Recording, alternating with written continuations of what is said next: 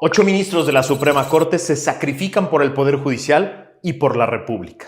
Renuncian a su cargo legítimo y bien ganado para salvar a la República. El proyecto de sentencia del ministro González Alcántara es una cátedra de derecho. Yo te lo voy a explicar aquí, te voy a hacer un resumen de lo más importante de forma sencilla, para que tú la conozcas y para que la defiendas y te unas a la denuncia y al rechazo de la crisis constitucional que provocan Sheinbaum y su partido. Creo que no te tengo que explicar lo importante que es este episodio, lo importante que es para mí que me ayudes a compartirlo por todos lados, que lo veas, que lo comentes, que lo pongas en todas tus redes y chats, para que todos le entremos a esta que es una de las discusiones más importantes de la historia de nuestro país. Acompáñame a ver el episodio de hoy.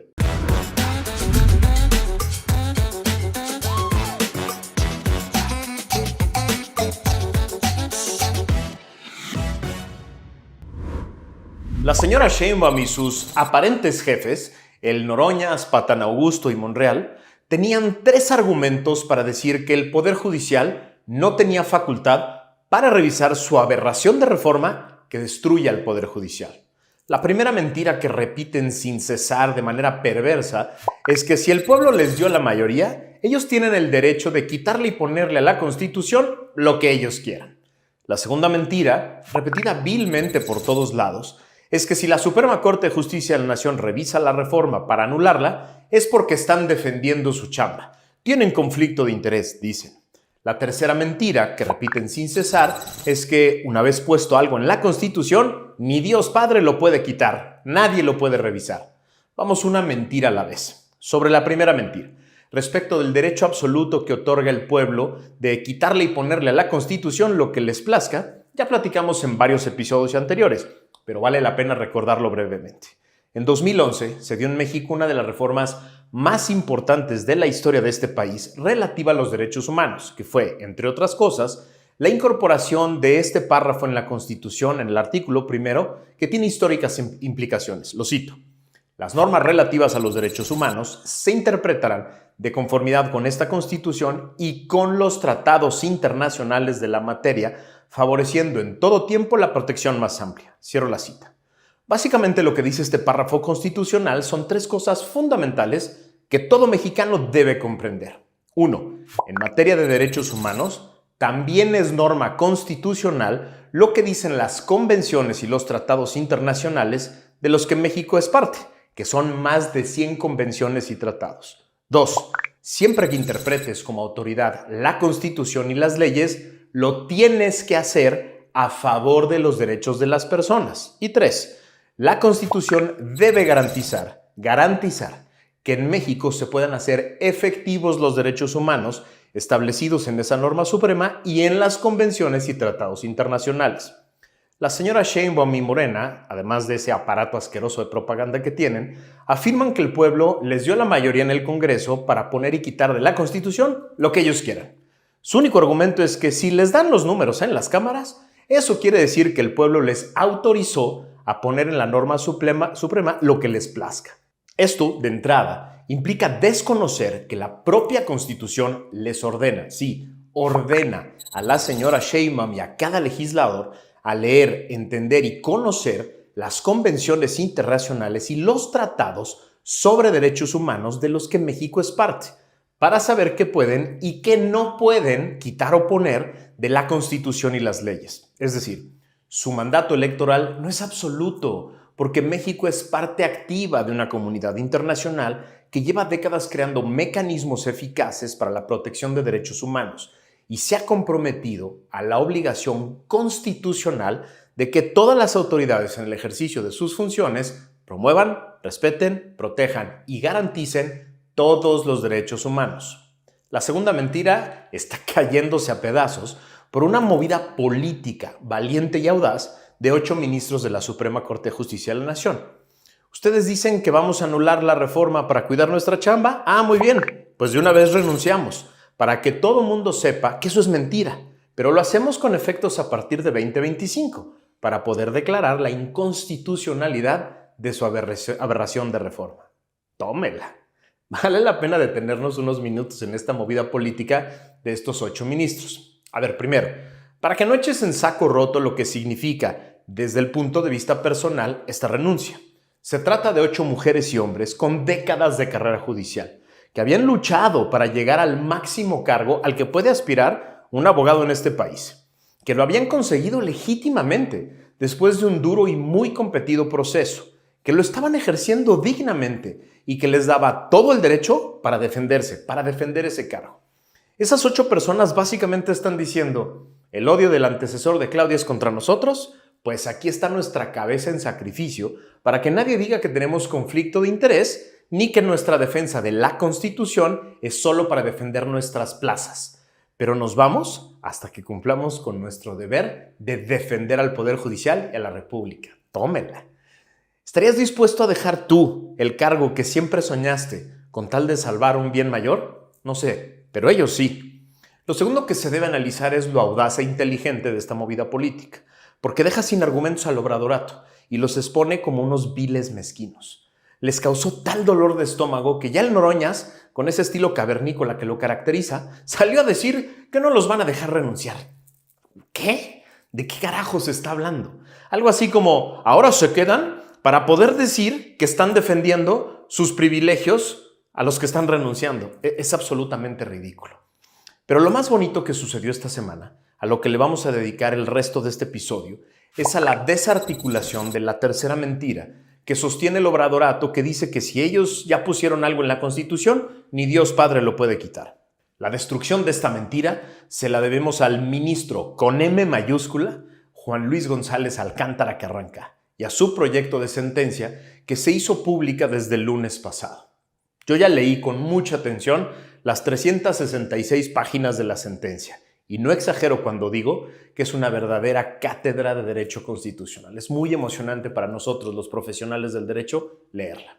En este episodio trataré de resumir y explicarte los aspectos más relevantes de la sentencia de manera sencilla, para que cualquier persona pueda entenderlos, pero también dejaré la liga del proyecto completo, para que la puedas leer completa si eres un nerd como yo.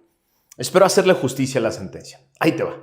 Primero, se trata de la acumulación de diversas acciones de inconstitucionalidad que presentaron diversos partidos, diputados también del Congreso de Zacatecas y algunos partidos de Coahuila. La acción de inconstitucionalidad es un importante instrumento que surge de la reforma de 1994 para que una minoría que perdió la votación en un Congreso pueda pedirle a la Suprema Corte de Justicia de la Nación que revise la constitucionalidad de una norma aprobada. En la parte de antecedentes deja expreso que el amicus curiae que interpusieron 50 académicos mexicanos y extranjeros, del que ya platicamos aquí en Factor Kaiser, fue tomada en cuenta para hacer el proyecto, y esto es muy emocionante. A ver, primero, declara la competencia de los partidos promoventes porque se trata de impugnar una norma de carácter evidentemente electoral, pues el centro de la aberración de esta reforma propuesta por el obradorato es elegir a ministros, jueces y magistrados por la vía del voto, y así los partidos con registro nacional tienen legitimidad para promover esta acción de inconstitucionalidad. Después analiza las causas de improcedencia que antepuso el gobierno de Claudia, que básicamente se resumen en que los instrumentos de revisión constitucional no permiten la revisión de reformas constitucionales, toda vez que el órgano reformador carece de control alguno. Básicamente, que puede hacer lo que le plazca, dice el gobierno. La respuesta viene de inmediato. Cito el numeral 88. Este tribunal pleno estima que la Constitución Federal contiene una serie de principios que en última instancia definen al texto constitucional. Al definirlo, el análisis de su eliminación o su matización por parte del órgano reformador recae en la Suprema Corte de Justicia de la Nación como Tribunal Constitucional, cuando conoce de acciones de inconstitucionalidad. Cierro cita. Así de contundente.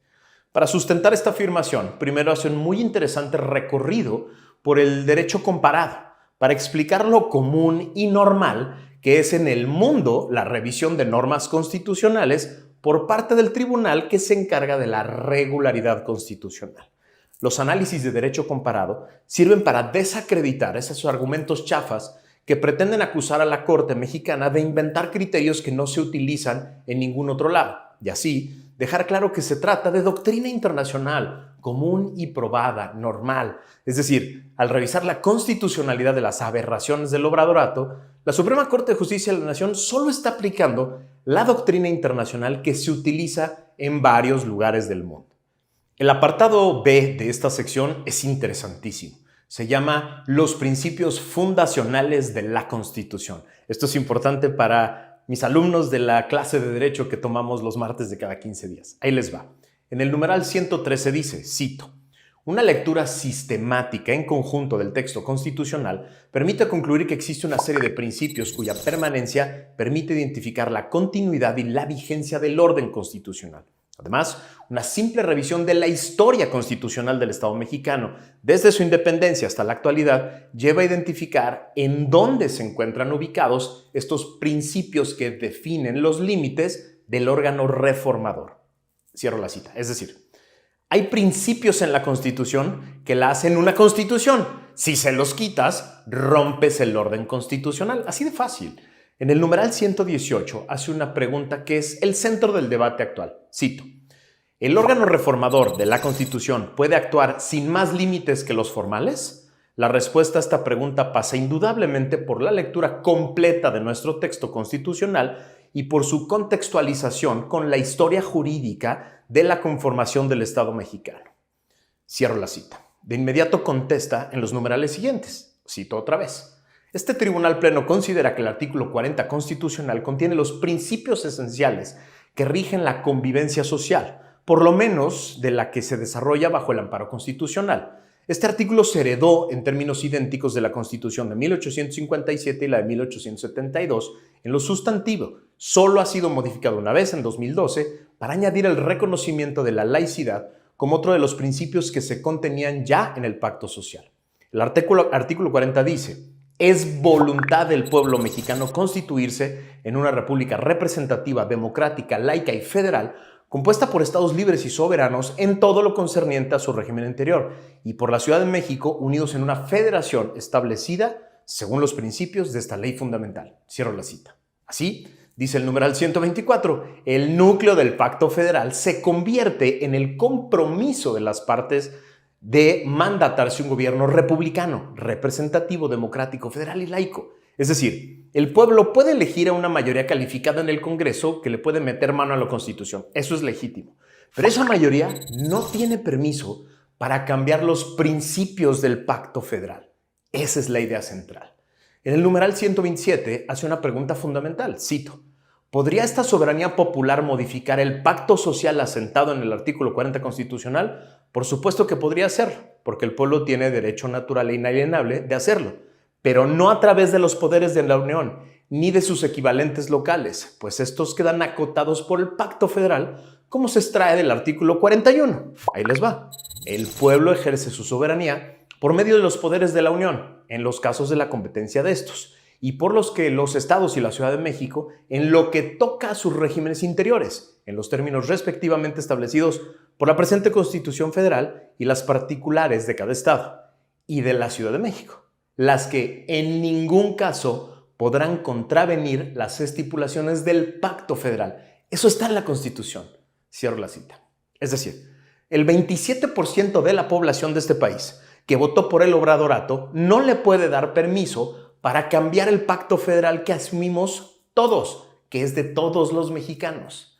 Remata en el numeral 138, cito, si el pueblo mexicano decidiera modificar su forma de gobierno para abandonar la república representativa, democrática, laica y federal, tendría que hacerlo a través de una nueva constitución. Esta nueva constitución no podría ser emitida, claro está, por un órgano constituido bajo la previa, como el órgano reformador, ni a través de los mecanismos de reforma constitucional previos.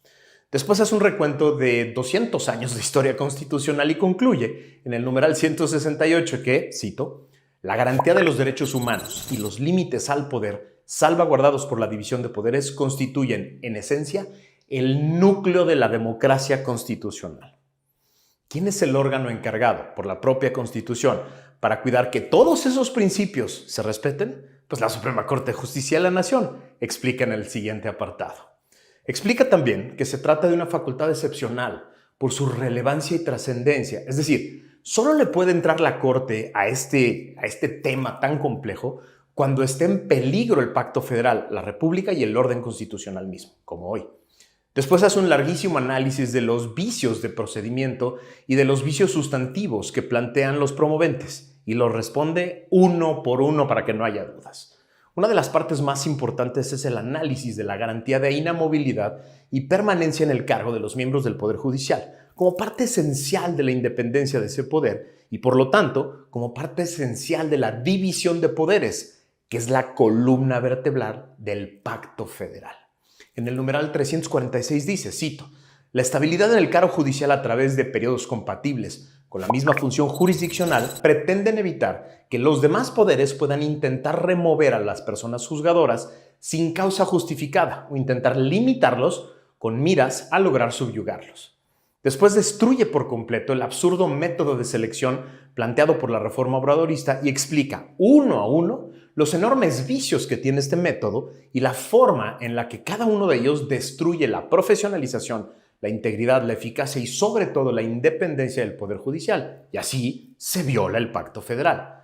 Dice en el numeral 483, cito, un ensayo de 3 cuartillas y 5 cartas de recomendación no son suficientes para garantizar que un aspirante sea un candidato idóneo para ocupar el cargo de juez o de magistrado. Y pues sí, de eso se rieron en Harvard, y con toda la razón. Expone absurdos como este en el numeral 507, cito, el electorado de la Ciudad de México tendrá que evaluar el perfil de hasta 1,155 candidaturas que compiten para ocupar los diferentes cargos a elegir a nivel federal. Cierro la cita. No sabes cómo se llama tu diputado y Morena quiere que conozcas a 1,155 personas que decidirán sobre tus derechos. Después destruye al Tribunal Obradorista de Disciplina Interna que quisieron imponer, básicamente por lo vagas, ambiguas y absurdas que son las facultades que le otorgan a ese tribunal. Y así declara parcialmente fundadas las acciones de inconstitucionalidad. ¿Qué es inconstitucional en la aberración de reforma del obradorato? Ahí te va. Es inconstitucional la remoción masiva de jueces federales y magistrados federales. Es inconstitucional la figura de jueces sin rostro. Es inconstitucional el método de voto popular para elegir jueces y magistrados federales y locales. Es inconstitucional el recorte salarial para jueces y magistrados en funciones. Son inconstitucionales algunas de las facultades vagas y ambiguas del Tribunal de Disciplina Judicial. Es inconstitucional la inatacabilidad de las decisiones de ese Tribunal de Disciplina Judicial. Y es inconstitucional la prohibición de suspender normas generales en amparos. Declara en cambio como constitucional, por ejemplo, el método de voto popular para elegir ministros de la Suprema Corte. Y así destruye por completo el argumento de que los ministros solo están cuidando su chamba y tienen conflicto de interés. Se acabó. Y así, estamos frente a uno de los momentos más interesantes de la historia reciente de nuestro país. Este solo es un proyecto de sentencia. En el momento de escribir este programa y de grabarlo, solo he visto la publicación de 3 de las 8 renuncias de ministros que se anunciaron vendrían. Sin embargo, parecen lógicas 3 cosas. 1, el ministro ponente, seguro, debió haber consensado este proyecto con los otros 7 ministros, me refiero a los serios y a los bien preparados de la Corte. Y es lógico pensar que lo aprobarán el próximo 5 de noviembre cuando está planeada esta sesión. 2, es de esperarse que lleguen las otras 5 renuncias para darle fuerza y legitimidad política a esta resolución y desarticular el ridículo argumento de conflicto de intereses. Y tercero, es muy esperable que la señora Sheinbaum y el obradorato sigan con el berrinche y amenacen con desacatar esta resolución del máximo tribunal, lo que nos pondría en la crisis constitucional más grave de la era moderna en nuestro país. Nuestra obligación, tuya y mía, como ciudadanos, es estar muy bien informados de esta discusión y participar lo más activamente posible en apoyo a la Suprema Corte, a los jueces y magistrados del Poder Judicial y a las acciones que estos van a emprender para defender esta resolución.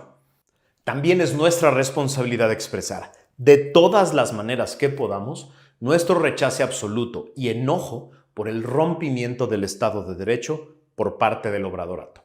Si dejamos escapar a la señora Sheinbaum y al obradorato de esta, la caída de la República será en parte nuestra responsabilidad. Sí, ni modo. Si las dejamos escapar, si dejamos que se salgan con la suya, tú y yo también somos responsables. Apoyar al Poder Judicial y denunciar a la señora Sheinbaum es parte esencial de la resistencia. ¡Viva la resistencia!